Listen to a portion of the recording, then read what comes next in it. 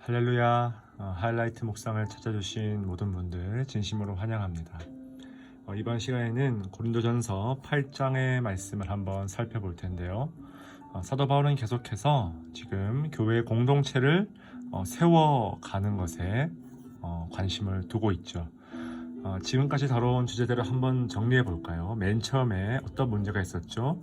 분열의 문제, 그 다음에 음행의 문제, 또한 법정 다툼의 문제, 그 다음에 결혼과 가정의 문제까지, 그리고 오늘 주제는 뭡니까? 이 우상의 재물. 이처럼 이 사도 바울은요, 겉으로 보기에는 다양한 주제를 다루는 것 같지만 결국 핵심은 같아요.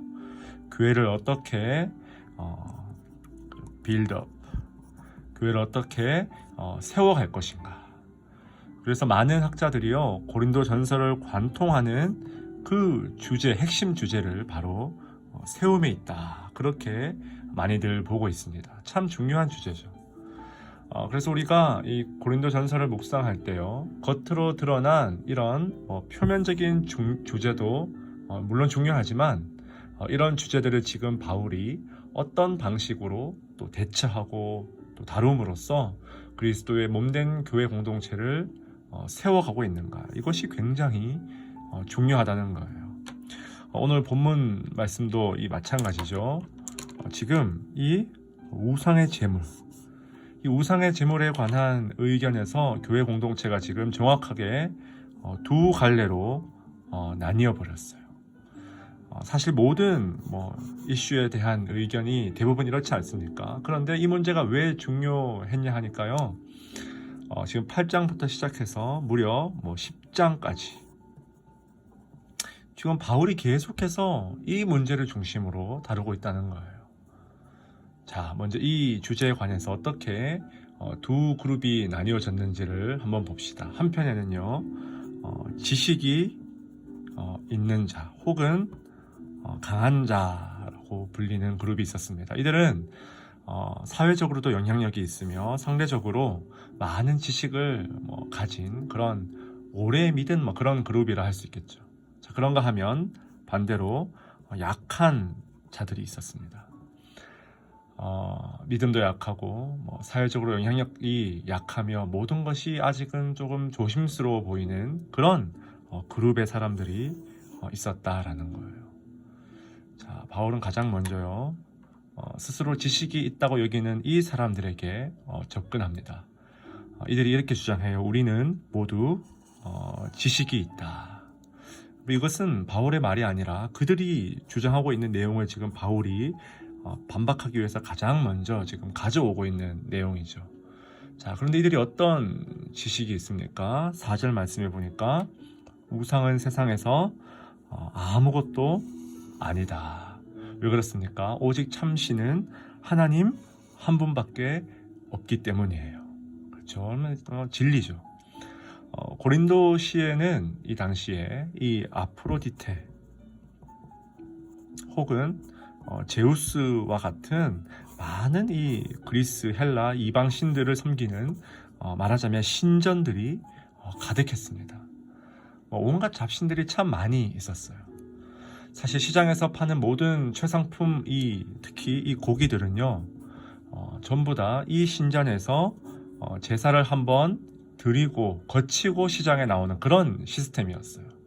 그러니 뭡니까? 이 신전이 말하자면 요즘 같으면 일종의 육류 유통업체 같은 그런 기능을 했다는 거죠. 자, 그러니까 지식이 있는 이 강한 자들의 논리는 뭡니까? 이 세상에는 이런 많은 신과 많은 주라고 불리는 그런 헛된 신들이 있음을 얘기하지만 우리는 오직 한 분 하나님, 그리고 오직 한 주 예수 그리스도를 섬기는 자들이 아니냐. 그러니 우상은 실제로 존재하지 않는데 우상에게 그것을 고기를 이렇게 바쳤다 한들 이게 무슨 문제가 있냐는 거죠. 여러분 어떻습니까? 일리가 있죠. 역시 바울도 이들의 말이 맞다고 그렇게 지금 먼저 인정하는 거예요. 그래, 우상은 애초에 존재하지 않는 것이 맞아. 하나님과 주 예수 그리스도 오직 한 분만이 이 세상의 유일한 신이다. 그러므로 원론적으로는 그 고기를 먹어도 된다. 일단 이들이 참된 지식을 가지고 있음을 먼저 인정해 준다는 거예요. 자, 그렇다면 반면에 약한 자들의 논리는 뭡니까? 이들은 전부 지금 그리스도인이 된지 말하자면 얼마 되지 않은 사람들이에요. 교회에서 예배드리는 것보다 훨씬 더 오랜 시간을요, 이런 아프로디테 혹은 제우스 신정과도 같은 이런 음란한 축제 가운데 이방신을 섬기던 자들이었어요. 그러니 뭡니까? 이 사람들은 우상의 제물을 보는 순간에 뭐가 떠오르죠? 바로 우상에 대한 습관이 떠오르는 거예요. 우상에 대한 습관. 여러분, 이만큼 이 습관이 무섭다는 거예요. 우리 인간은요, 절대로 지식대로 행하지 않아요. 무엇대로 행합니까? 습관대로 행하는 자들이에요. 습관이 언제나 지식을 이깁니다. 이것이 우리가 좋은 습관을 개발시켜야 되는 그런 이유죠. 그러니까 교회에서 혹은 가정에서 이런 우상의 제물을 다른 사람들이 먹는 것을 보면 이 사람들은 마음이 불편해지는 거예요. 나는 그리스도인이 되기 위해서 저런 모든 습관 다 끊어버리기로 결단했는데 이미 믿는 다른 신자들이 여전히 아무렇지 않게 저런 고기를 즐기는 것을 보니 일종의 어떤 혼란이 오는 거죠. 신앙적인 갈등이 온다는 거죠. 자, 그래서 바울은 이제 지식이 있는 자에게 권면하기 시작합니다. 자, 뭐라고 권면하느냐? 지식은 교만하게 하며 사랑은 덕을 세운다. 여기 세운다. 고린도전서의 가장 중요한 주제라고 말씀드렸죠. 우리가 교회에서 신앙생활을 하다 보면요, 때로는 무엇인가를 정확하게 아는 것보다 정말 이 사랑으로 덕을 세우는 것이 훨씬 중요하다는 사실을 너무나 많이 깨닫게 됩니다. 왜 그렇습니까? 여러분, 절대로 지식으로는 교회를 세울 수 없다는 거예요. 아는 것으로는 공동체를 세울 수 없어요. 무엇이 공동체를 빌드업 시킵니까? 이 사랑이에요, 사랑. 모든 자가 이런 지식을 가지고 있는 것이 아니기 때문에 뭡니까? 바울은 이 9절 말씀에서 특히 지금 강조하고 있는 거예요. 그래, 너희들에게 이 고기를 먹을 자유가 있다. 다시 말해서 권리가 있다. 너희들에게 이 권리가 있음을, 고기를 먹을 권리가 있음을 내가 인정한다. 하지만 그 행동이 약한 자들에게 걸려서 지금 그 행동이 약한 자들을 넘어지게 만들 가능성이 있다면 그것을 조심해야 된다는 거예요. 결국 그럼 뭡니까? 그 지식이